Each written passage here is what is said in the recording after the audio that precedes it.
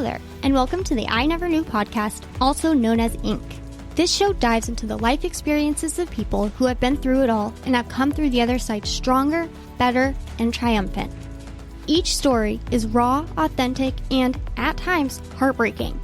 One thing joins it all together: the fact that the stories can help the listener learn and grow.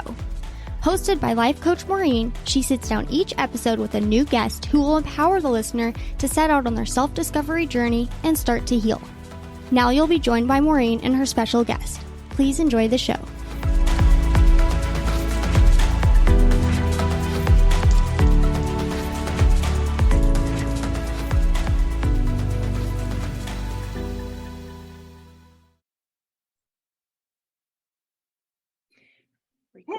Hello. Hi, everybody, and welcome to another episode of I Never Knew or Inc. podcast with life coach Maureen. I'm here with a fantastic guest. I already feel her energy, and we're just sitting here talking as if we're having coffee. We're talking about the weather and life, and so you know what? I think we'll get to who she is because she's accomplished so much and she's got this awesome book coming out. But we're just going to start off with some chit chat today. Hello, Miss Bridget. Hey, Maureen. It's fantastic to see you this morning on this incredibly hot day. It is very hot. So she's in Florida, so she's used to the humidity, which is why her skin and her hair looks so dang fabulous. It's the humidity. It's the humid look. I don't know what it is. It kind of gets that curl, but to be honest, in Florida, we don't talk about the heat. We just say it's a day in Florida. Like many other people are like, oh my gosh, it's so hot. I was talking to someone this morning and they're like, it's just so hot today. I'm like, that's just a day in Florida. And I'm guessing it's the same for you in Arizona. We don't have weather. We either have hot, we have warm, or we have really hot. But the humidity is when you'll tell everyone, because everyone says it's a dry heat. Oh, dry, wet, whatever. It makes me sweat, especially when I'm in menopause here. No shame. Different phases of life, but heat and hot is hot. End of story. I'm ready for October. It doesn't get cool till October. Oh yeah, I get that too. We have a lot of snowbirds down here in South Florida. So all of a sudden everything looks like Disney World. Everywhere you go, there's a bajillion people. You're like, I'm standing in line at grocery store at Publix. And I'm like, why do we have this long line? Like I'm standing in line for a ride at Disney World. Oh, it's the winter season in South Florida. Welcome. You know it, and it's like one weekend. It's like all of a sudden, my commute is only 10 minutes, and then one day it's like 30 minutes. Like, whoa, everyone came in at once. Oh yeah, absolutely. And that's why I'm so grateful to be working in the Zoom world, like in this beautiful place with mountains that's not real. This kind of looks like the Sound of Music in the background, realistically. But work at this beautiful place from home. Don't have to deal with I-95 traffic, although I am sorry for those people who do. I'm sure you're living out your plan and your purpose in some other way. But I'm so grateful to have this space where, I can influence and empower so many people from right here in this place. Absolutely. I grabbed and embraced technology. We used to be enemies, and then we became frenemies, and we're slowly working toward being besties. It's taught me a lot of patience and a lot of acceptance, which patience has never been a good thing of mine. I'm one of these, you need to put the key in the car and turn it, and it better run. There should never be any reason why that engine shouldn't run. So I'm with you. I'm definitely learning. All right, I want to talk about how fabulous you are, and I'm so blessed that Sabrina, our mutual friend, connected us because she's wonderful. And it's always these synchronicities that we have, that you meet these wonderful people, you have these opportunities. Never discount the ability of what each person brings to you, because there's always this, I don't know, I've been finding it more and more in this arena, that the more I've been open and receptive, the more it just comes. And I feel grateful and blessed every day to sit in front of people and just, you let me in your life. And I think that's super awesome. So Agree. when you guys listeners, when you hear all of these stories that we talk about, because the podcast is about, we talk about where does everybody start in their story and their struggle and how do they triumph. Man, it's so neat for me to look at these beautiful people in front of me who are so happy and healthy and uplifting. And then everyone has that starting point. Everyone has that place where they said, this is the moment. This is that profound moment of shift. I have to do something different. And whether it's 20 years, 30 years, 40 years, I was telling you it's 45 years for me. No matter how long it takes, I find that overcomers have that moment. It has to come. There's no ifs, ands, or buts. It has to come. And then it moves everything in the direction that you want. And we're going to talk about something that Bridget has that's called the law of deservability. And I'm excited to hear more about that.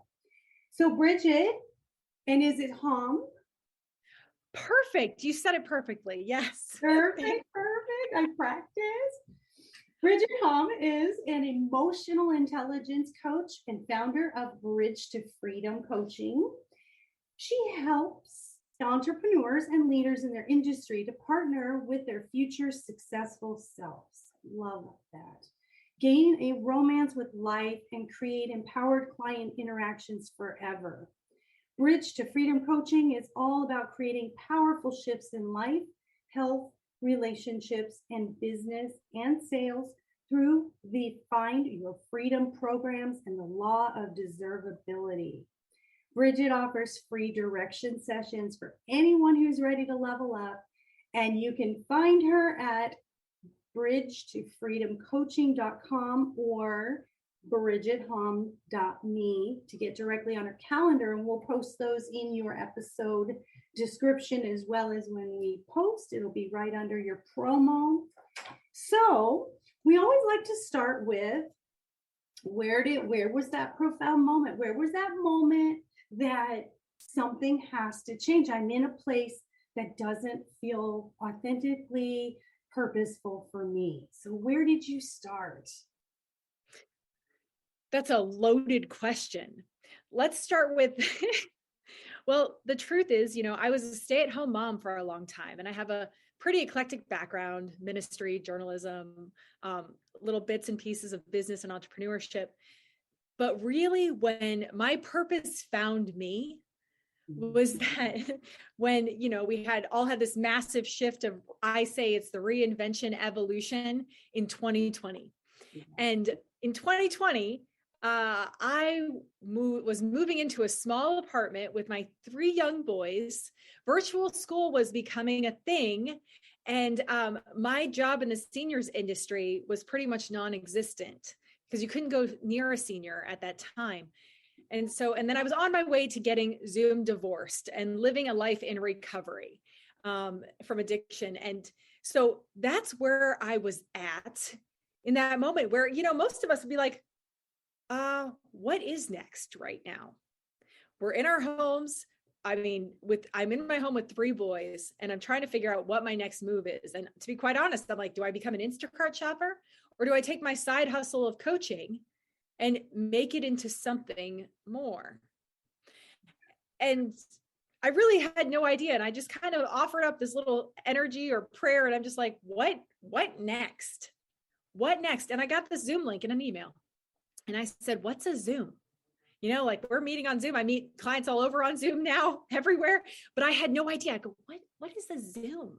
So I registered for this Zoom business networking meeting, and I showed up, and I said, I remember the gentleman saying, hey, can Bridget Hom, please give your 30 seconds. And I go, oh no, he mispronounced my name. What am I going to do? And what happened was I just went on and I said, Bridget Hom here with Bridge to Freedom Coaching. Are you ready to level up? And I just got stuck on ready. And that's really I had 6 clients within 6 weeks. I was asked to do, Facebook lives, podcasts, everything. And here's what I said. No matter how I felt, I said, absolutely. Yes, absolutely. And so, in the entrepreneur world, as a coach and consultant, you have to be stuck on ready. But that's how it started. Oh my gosh, when you said that was a loaded question, first of all, we don't do empty questions here, Miss Bridget, but I'm going to challenge you. But wow, when I think of what you just said, this is not a lot of people going through, the pandemic. It was, well, I lost my job, or well, I have to homeschool the kid. You had a wheelbarrow full of stuff. And I kept thinking, when I listen to people who've been through the pandemic, you can tell where their minds are. It's either I've lost a lot of this stuff or I've gained this. And I said it was a literal and figurative and an emotional way of all of us to go inside and figure out, what do you want? What is working for you? Look at your life, look at your relationships, look at your kids.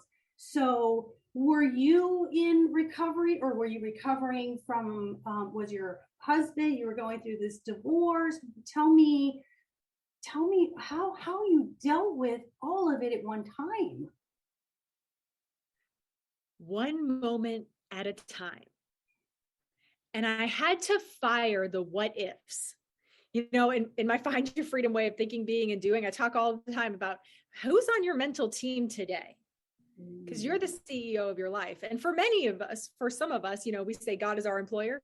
And for others of us, we're just like, good vibes, emotional energy, whatever it is, people. But I really had to fire the what ifs. What if this doesn't work as an entrepreneur? What if I don't make it? What if I can't make enough money? What if I'm just not meant to do this? I had to fire the what ifs and just abandon them with reckless abandon and moving forward. And that goes for everything, personally and professionally. When I talk about personal relationships, and even in my own, because everything that has ever worked for me, anyone in front of me, I give it to them. Because, there's no deleting anything from your timeline, because if you ever delete anything from your timeline, that means that you're not going to be able to help people with that solution that you discovered, or relate to people with that problem that you experienced. Yeah. And so if I deleted anything from my timeline, that means there's a portion of people that I cannot serve with a solution. Yes. Ooh, sales also means serving with solutions. Which I love, because, one of the things you said is you just randomly went on this Zoom meeting, and that's what happened to me. Someone reached out through LinkedIn, and I talked to someone I didn't even know, and I was working a corporate job for 26 years, and it was a random stranger, and she said, Maureen, you can't have one foot on the gas and one on the brake and go anywhere. And I got off a phone call with a complete stranger, hung up the phone and called my corporate job and said, I'm retiring. I'm going to pursue my life coaching and my books and my purpose full time. And it was, you reach those moments where the what ifs, we erased it. Like you said, you had to get rid of those what ifs. It was finally, I'm getting ready to be ready to be ready. And I know when I know that I'm ready.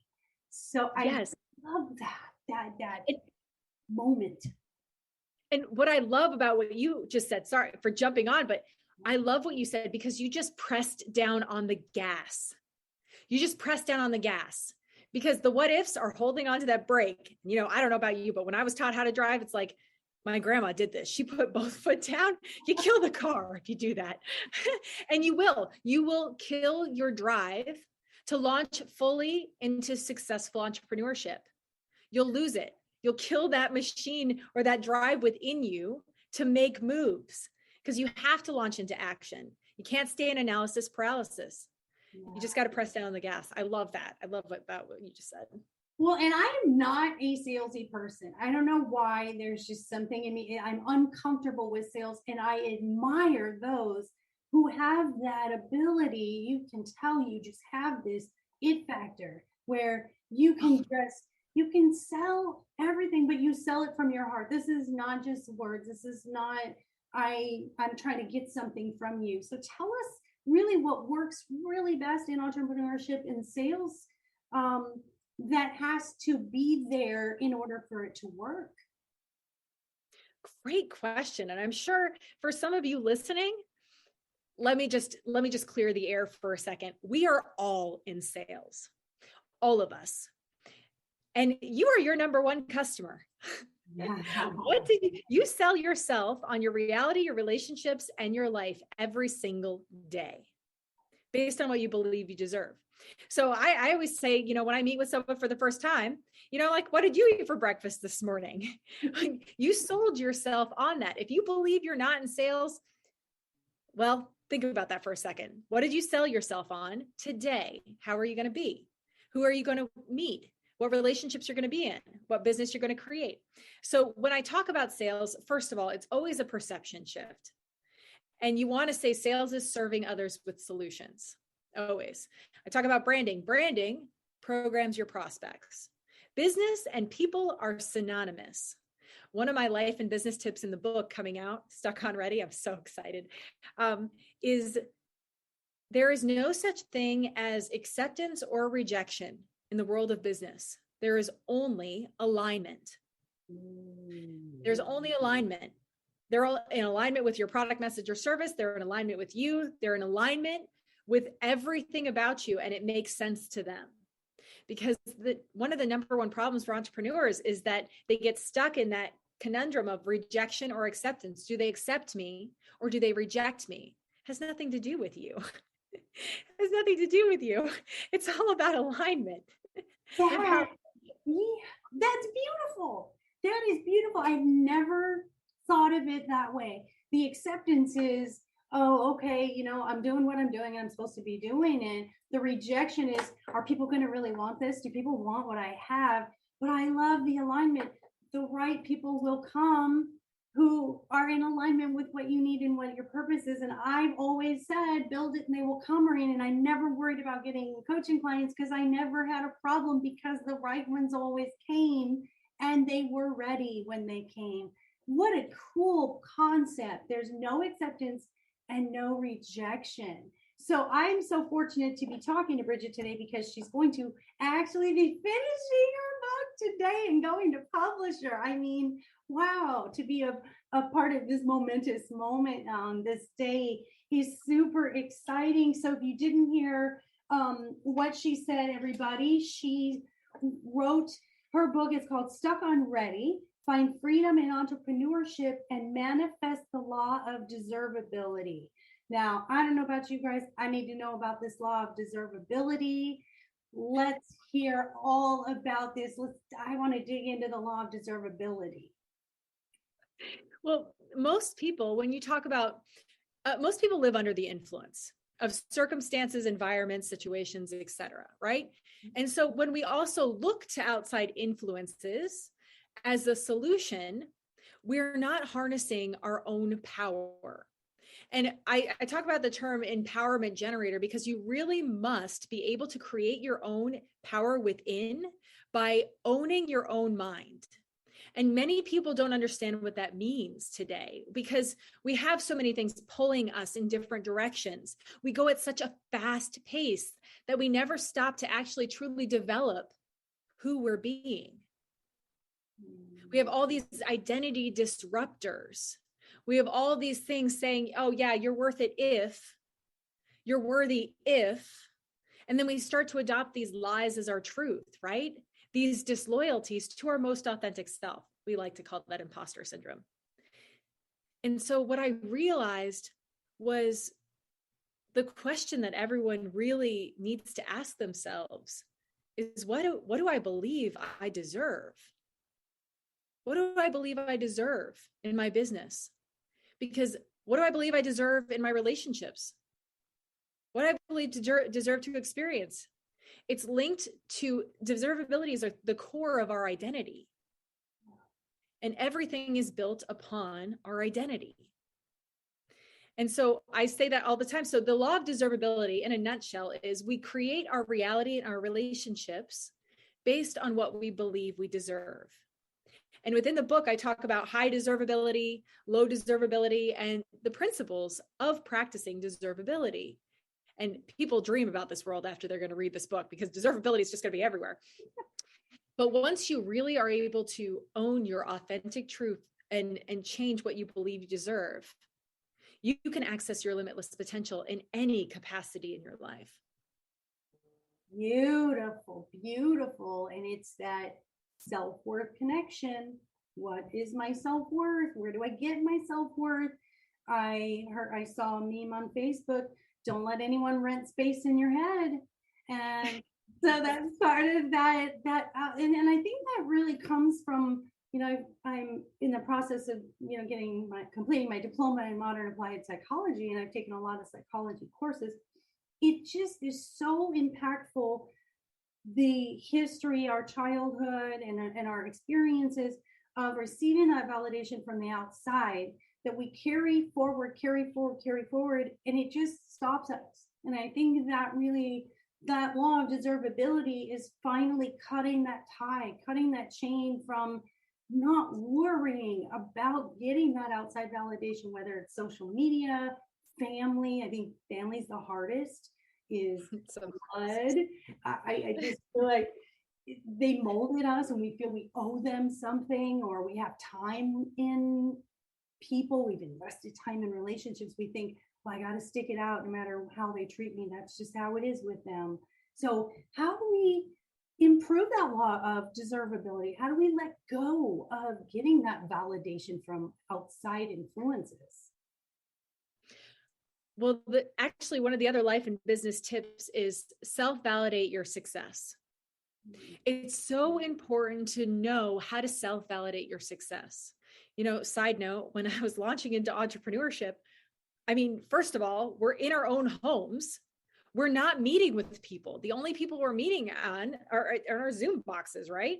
And so I don't have people inspiring me. I don't have people saying, hey, you should do this or not do this. And really, it was coming to terms with like, this is my own personal journey, and figuring out, getting really, really quiet. I say pause with a purpose a lot, and figuring out, okay, what can I really be proud of that I've done today?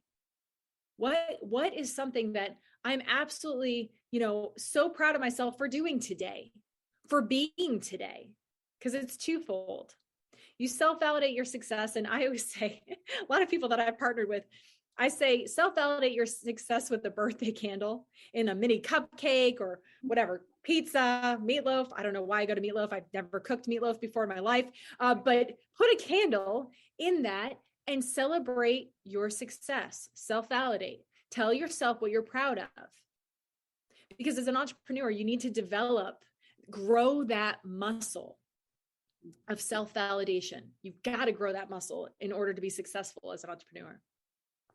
I think that's beautiful. I think it comes down to that reward system. We have to reward ourselves for what we do well. We have to quit beating up on ourselves for what we don't do well. And I am all about a cupcake with a candle every day for just getting out of bed. Yay, me. The mini cupcakes, all right? Or else I'm going to have to go into the health coaching program for Find Your Freedom. Okay, keto, fine, keto. Okay, muffin. All right, muffin. All right, oh, fine. But I think that's a theme I hear often in anyone who is coaching, who are motivational speakers. We don't focus enough on our good parts. We just are always honing in on what we're not doing yet, how I'm not there, what I have failed at, what I did wrong today. And you look for that outside validation. You don't need validation from the outside, because there's enough criticism on the inside that why are you even looking for any more to stack on top of that? And I really love that idea of do something every day that celebrates something that you did. One thing that I don't care how small it is. I love baby steps. I tell my clients, don't look at the mountain. Let's look at the first step on the trail, because it's too overwhelming to look at that big thing, because you're going to immediately say, oh, wow, that's just a lot. I'm not going to do it. It's going to stop me. I'm going to procrastinate. That looks hard. It looks very hot and humid out there today. It's just these little steps. So what I love that you talk about also is being ready to challenge yourself to adopt the new ways of thinking, of being and doing that serve who you're being when you're doing. So that's a neat way of looking at it. How do we reprogram our minds? If there's someone out there right now listening who says, well, that's great, Bridget. Good for you. Good for you, Maureen. I'm glad you guys are, there. I'm not there yet. How do we give them that little push to start changing that mindset? That's a great question. In the realm of self and personal development, we're constantly hearing, focus on who you're being. Don't be a human doing, right? And I say, you absolutely need both. You need both. But the first part of it is to show up as a human being, starting to, harness your intentionality. And how you always do that is seeing yourself on paper. Because when you write, it's the simplest strategy. You access your subconscious mind. I like to say your conscious mind, he's like your salesman. And he sells your thoughts, words, actions, and emotions to the subconscious mind. He's the client. And the client buys absolutely everything that the salesman is selling. And your client, your subconscious mind, is responsible for creating your program. And your program creates your reality, your relationships, and your business. And so, just write down, what am I selling myself right now? What am I selling? And give yourself multiple choice answers. Okay. It's not crazy. It's literally helping you to sift through yourself right now. And many of us don't give ourselves that gift of radical self-acceptance or self-awareness. And if we don't give that gift to ourselves, then no one's going to give it to us. Because it's more powerful when you can sit with yourself and feel the power of your own awareness, because that's going to inspire you. And then you're going to be able to inspire others in a more impactful way because of that. Yes. And it's that drive. It's that want. You have to want it. No one's going to push any of this on you.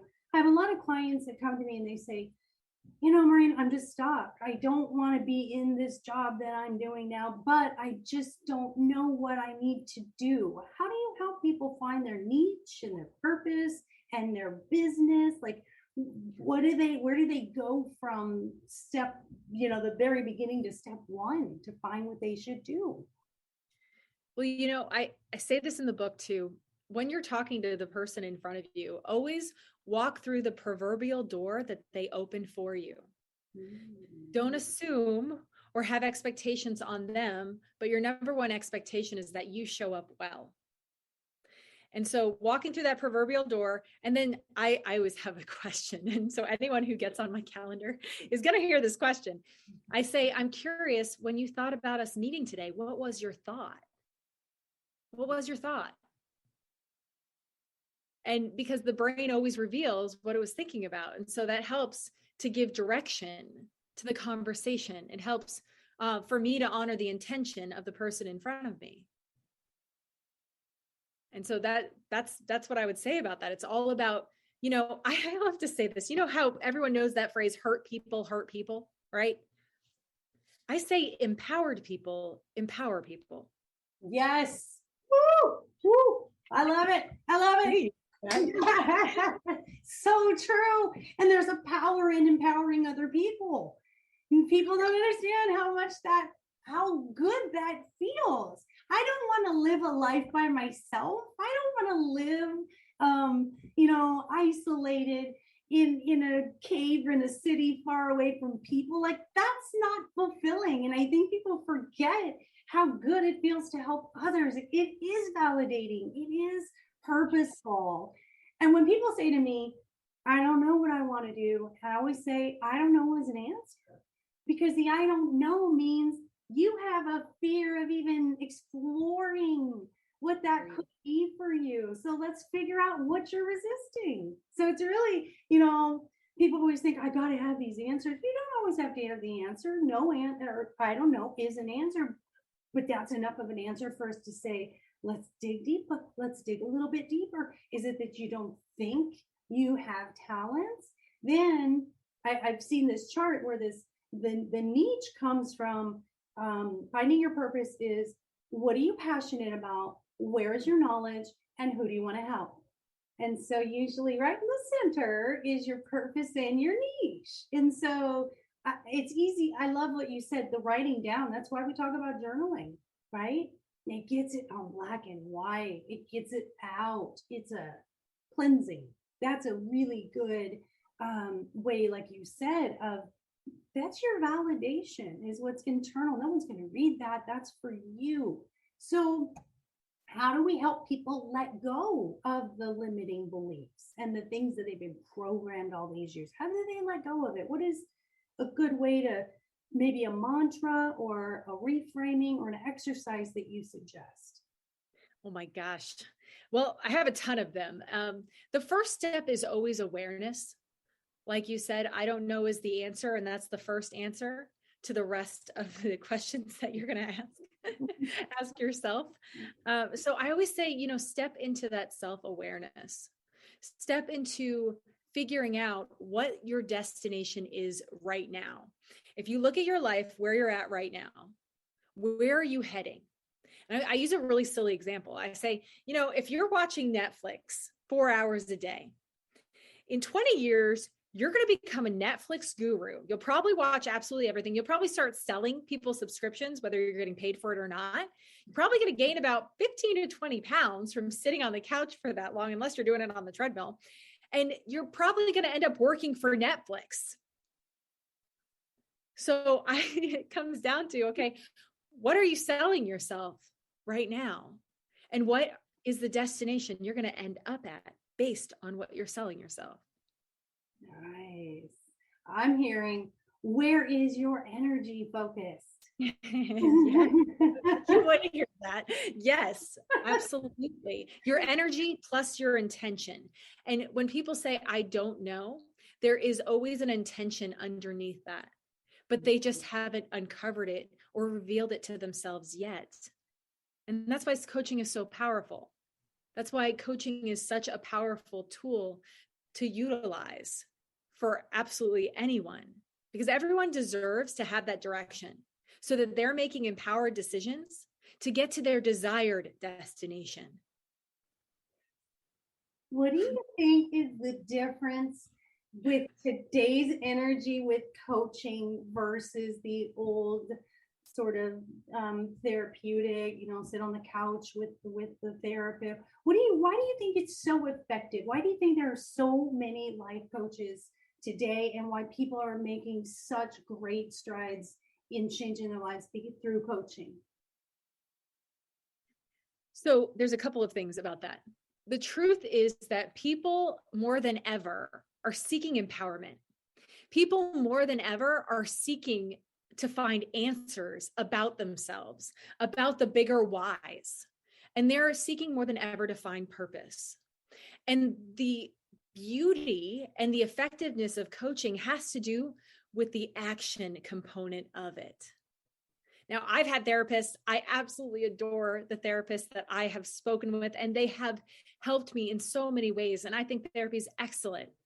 Mm-hmm. But I would say the component of coaching that is drawing people in and getting people these massive life changes is the action component of coaching, because every coach gives people action steps, and action is what's necessary to make moves and anything.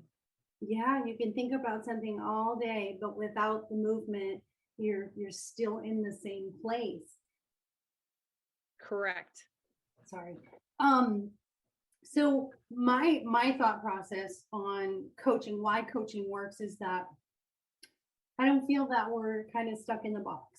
And I think, when you are regulated by government entities to stay in these boxes and use these certain modalities and these certain formulas, I think we limit, because every person that comes in front of us, they're all different, and you cannot put, it's almost like in the schools. I talked about this with a guest yesterday. We have to do away with standardized education and standardized testing, because nobody is standard. We're not standards. We are all different. So I think that's why coaching is great. I'm not going to sit in front of Bridget and coach the same way I'm going to coach in front of, we're all different. So I see that, and that's just my opinion, that why I think coaching is great, because we bring a lot of experience and a lot of life lessons. And I think the greater the pain, the greater the growth. So one of the things I like to ask is, if I said, Bridget, go downtown and I want you to make a banner and I want you to gather 100,000 people to march behind you for this movement, what's your movement? That's a great question.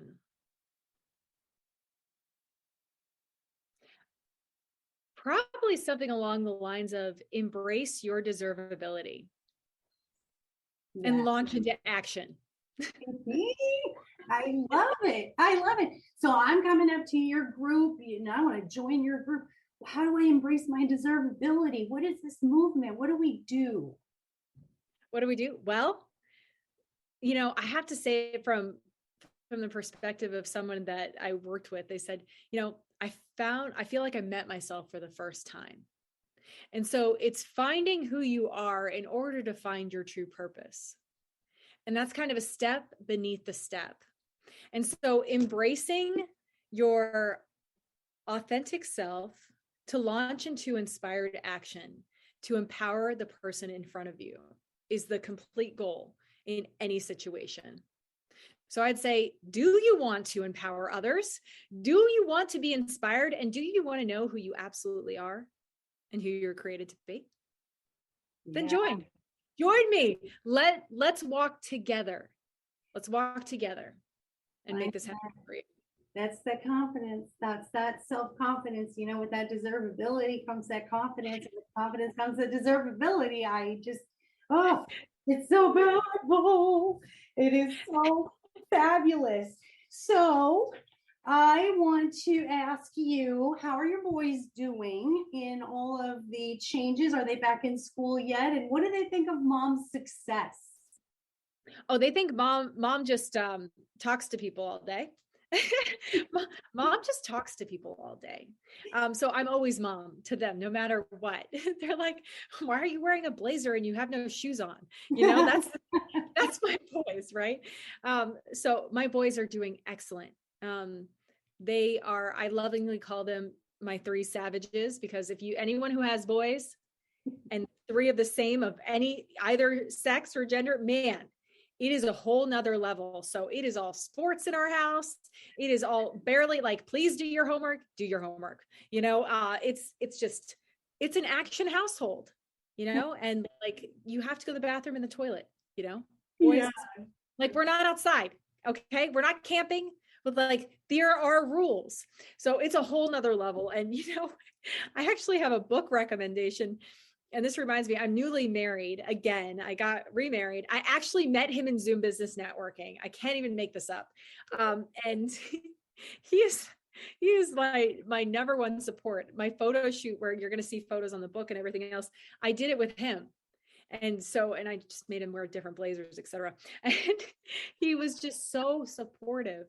And one of the things that we do, like, together as like a family, is just going and being together.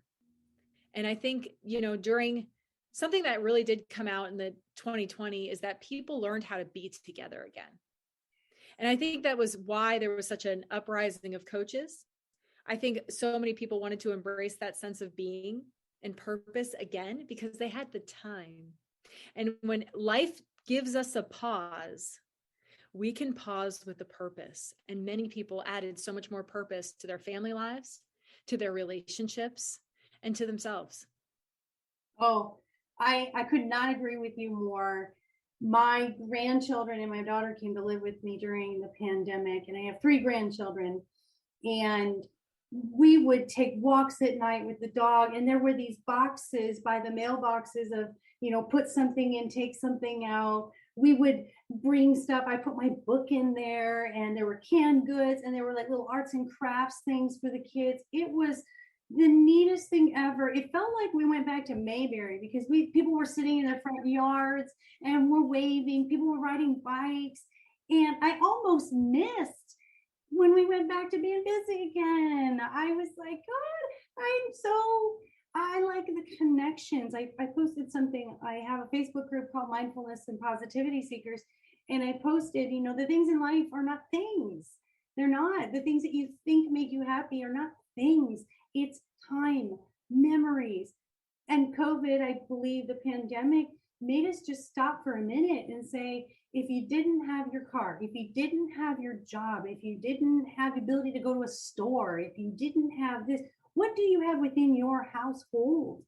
And you're right. It was all about relationships. We had to come back in and regroup as humans, I think, and say, it's about the relationships. It's about who's with you, not all that other stuff. So I'm not happy for the things that had to occur during pandemic for people to lose their lives and lose jobs and stuff. But I think that's just part of life, the inevitability that bad things are going to happen, but we can see positive, good things.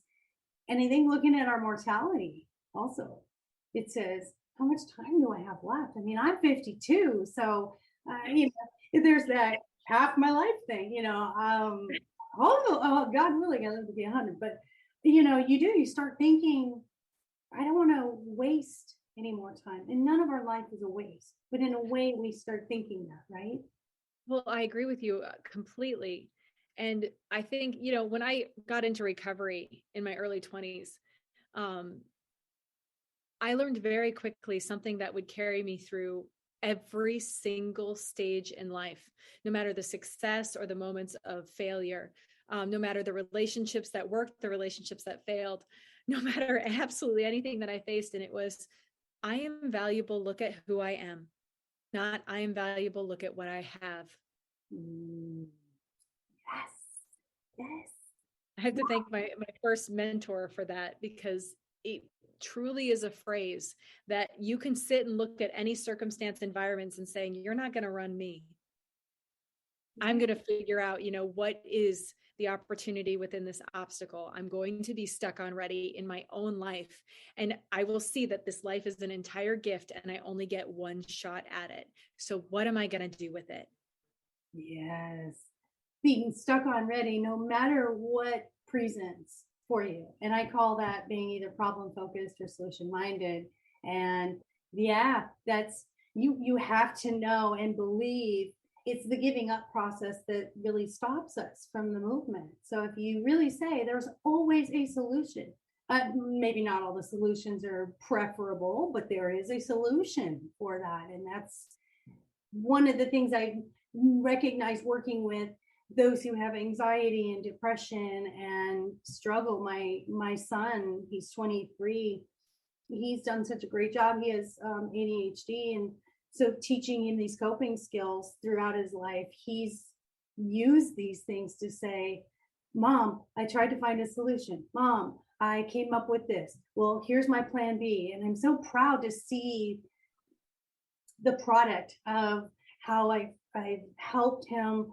We don't stay stuck. We move. We find ways. And we were talking on a panel on Her Version actually Saturday about, parents of adult children. And one of the things that I was telling one of the younger ladies who was in the situation I used to be in with my son was, I stopped saying, how can I help you? And I started saying, how are you going to fix that? And it empowered him. It empowered him to believe that he had the ability to fix it instead of mom coming in to rescue him. What do you think in your parenting you have found most helpful to help your children be self-sufficient and empowered? Truly seeing them instead of offering a solution or a strategy first. Because as moms, it's easy, and as a wife, it's easy to want to step into that logical side of things, especially in coaching. Yeah. Like you're always giving someone a solution and a strategy, which is absolutely empowering. But most of the time, just seeing them, truly seeing them, and giving them the gift of radical self-acceptance, and really just seeing them. That's probably the most empowering thing that most people want in this life, is to be seen. And I mean, I heard a speaker talk about that, and he is just like, be seen. We have the two parts of the brain, the logical and the emotional. And most of the time, we go with the logical. Why did you throw your shoes on the floor? Why didn't you do this? And they're like, I'm going through this. And it's like, I understand, but you don't really understand. You're like, I understand that you didn't do what you should be doing. And most of the time it's stepping into that other setting of pause with a purpose. Pause with a purpose. Okay, how do I need to see you right now? And individuality, right? Appreciating individuality too, because this boy is not going to do the same thing as this boy, and this boy is going to do something completely different from the other two boys. And I know in my generation, well, I call us the unsupervised generation. We just kind of raised ourselves. But I know that my parents they had this thing that they did where they would say, why aren't you more like your sister in this? Why don't you do this thing like your brother does? And I think that really inserted, obviously, when I work with my life coaching clients that are from my generation, it inserted this competition mindset where I'm never going to be as good as the next person. So it's this comparison thing. Do you think that's a very important thing to recognize for parents not to do? Oh, absolutely. Something that I share with people, and I share in my book, I said, your number one competition is your limiting beliefs and your disloyalties to your authentic self. And so getting people to own their truth. And when I always like to say, when you compare, you always lose. When you compare, you always lose, because you're typically comparing in a negative, putting yourself in a negative light. And so I say, compete against yourself. Like, what did you do last week when you were running, on the soccer field that you want to do differently or better this week? Yeah, you see everybody else, they have a different skill set, but nobody has it like you do. Nobody. We're running a different race. We've all taken off at a different point. I look at the baton races where everybody takes off at a different point in the race. And I always think of life like that. We're not in a sprint. We're not made to keep up with each other. Even the Kentucky Derby, I mean, they all take off at the same point, and they all have blinders on, which is really neat, because if you think about it, that's what we should do. Just run your race. Your race. Don't look at the horses next to you. Look at the people next to you, because you're not meant to come here and live the same exact life as someone else. And that's why we're here, is to learn and grow from each other. So perfect timing. So to sum up our I never knew, the question I always ask is, what is the biggest nugget you can give someone of what you never knew that you now know? I never knew how much of success is really based on your ability to own your own mind and to own your own truth. And then empower people with reckless abandon. I got that part.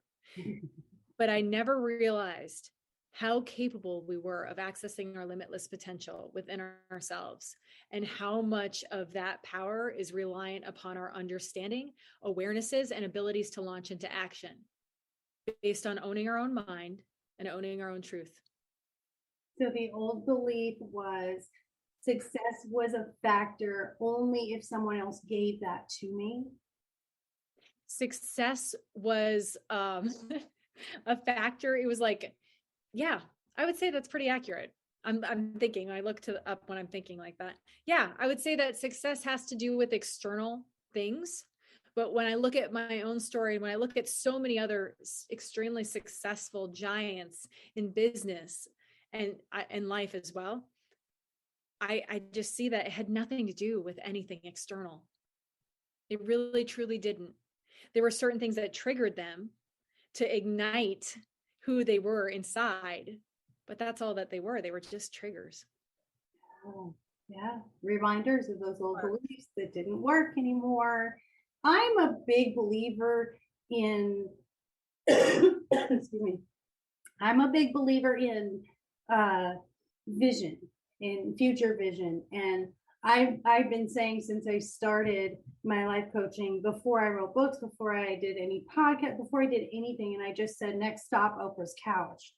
So it was always my belief that I will be on this bigger platform that I want to be on, and didn't think I could do this podcast. And it was my one thing for this year I wanted to start, and I did. So how do we help people see it's not here yet, but it's achievable? How do we get to that belief? Because for me, it's convincing myself I know it. That's all I need to know. I don't have to convince anybody else of it. But how do I believe what I cannot see yet?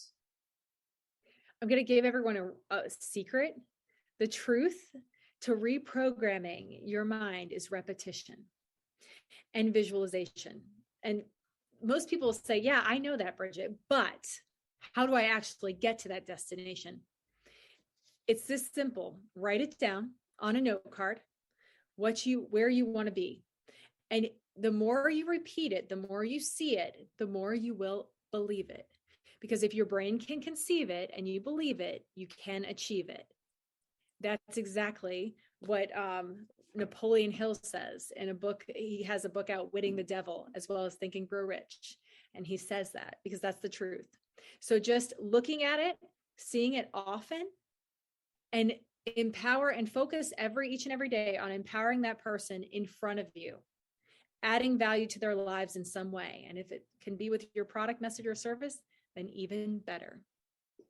I absolutely love that. I love that. I have to tell you an amazing story. So my daughter lives in Austin, and the housing market is extremely expensive. And she got married in October of 21, and she sent me a page some pages out of her journal recently. She just had her house built, and she just moved into her house 2 weeks ago. And she said, look, Mom, on this notebook, it was page after page after page. I will be buying a house in summer of 22. I will be buying a house in summer of 22. And I'm not, and she never told me about this. She just sent it to me, and it started in October of 21. And she never even thought it was possible. She knew nothing about mortgages. It's her very first home, her and her husband. And it just tickled me because that's it. That's it. Write it down until it is inserted as a fact in your subconscious. And then the subconscious acts on it in the conscious, and we take action, and it becomes a reality. My reality that I've been doing exactly what she did is I'm going to be moving to Hawaii in 2 years. I don't know how, and I don't know when. Well, I do know when because I've been writing it down. But I'm doing that same thing that she did. And as I do that, that's funny. We had a 10-year plan. We got back from Hawaii this year, and we had a 10-year plan. And then we said, oh, you know what, maybe 6 years. And then we moved it back again. My grandson's 14, lives with us during high school. He goes, Grandma, I would be okay if we went to Hawaii whenever.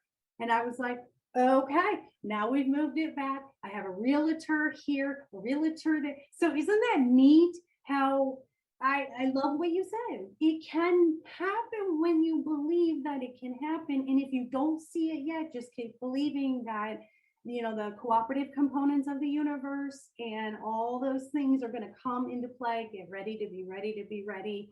And one day things show up for you, and you just know it. You just know this is it. Here it is. I knew it was coming. I waited for this, and here we are. So great advice. So perfect timing. My last question that I ask every single guest, and this is so fun. This is the most fun part of the entire thing. What is your shameless self-indulgence, Miss Bridget? Salsa dancing. Oh my heart. You look like a salsa dancer. You I could see that. You have passion. So you and your husband do this together? Salsa dancing was one of my coping skills pre-COVID. I went to dance studios, and it was absolutely fantastic. Although he and I are going to get on the calendar very soon and go for dance lessons together. Oh. But that was absolutely a huge, I could speak forever about salsa dancing and how it helps people level up their emotional intelligence, help with like personal development and professional development. I actually met my first business partner on the dance floor. So you don't know what dancing can do for you. There you go. There you go. See, those healthy outlets are life. You have to find something in, I don't know if you follow Abraham Hicks, but I really love Abraham Hicks, where it's when you're in the most joyful place and at the most ease. So when you're doing something that's your shameless self-indulgence, I build little mini houses. They're pretty fun. This is like a little mini of my office. Oh, that's so cool. I love that. It's just a fun little outlet, and I like making them for people. And so I think when you are in a place of the most joy, when I was building one of my mini houses, I'm doing the Friends version of the cafe right now. And I was in the middle of making this literally in June. And in the middle of just having fun and enjoying my little creativity, it said, go start the podcast. And I did. I got up and I went and I started the podcast. So you see how we remove all that resistance when we're doing something joyful and we're most at ease. Then we open up this, I think, this ability to receive our joy and our purpose and our clarity. I think clarity is really important. So I am so grateful for you. What a wonderful conversation I had. I told her it was going to be like sisters just sitting here hanging out today. And I really feel like I got so much from you guys. When's your book come out? Do you know when it's going to be releasing? It should launch the beginning of August, probably the first week of August, and it'll be available on Amazon. And we're going to do, so that's when it's going to launch. I'm so excited. I'm excited for you. Are you going to be doing any book signings or any showings where people can come, anything like that? That's going to be posted either on my website, bridgetofreedomcoaching.com. And then speaking engagements, I am open for speaking engagements at any given time on multiple fronts. But the best way to get a hold of me is just go to Bridget or bridgetofreedomcoaching.com. Or if you want to hop on my calendar right now, figure some stuff out for you, or book a speaking engagement, book signing, whatever, it's bridgethom.me. So it's my name, bridgethom.me. Super easy. Yes. You can't hide from her. She's everywhere. We will make sure you guys will see her on Instagram, LinkedIn, Twitter, Facebook, all of it, because I want everyone to appreciate what an amazing woman she is, and she has so much to give. So her book is called Stuck on Ready: Find Freedom in Entrepreneurship and Manifest the Law of Deservability. It'll be on Amazon beginning of August. Make sure you go to Bridge to Freedom Coaching. And like I said, I'll have all of that stuff available. Get some coaching. It sounds like she's got some amazing tools for those of you who feel stuck and who need some entrepreneur ideas and all kinds of interesting things that she can move you forward. I love all of it. I love all of it. And I love you, my darling Bridget. I'm so grateful for your time today. And my cheerleader hair is going a little crazy. It looks awesome. But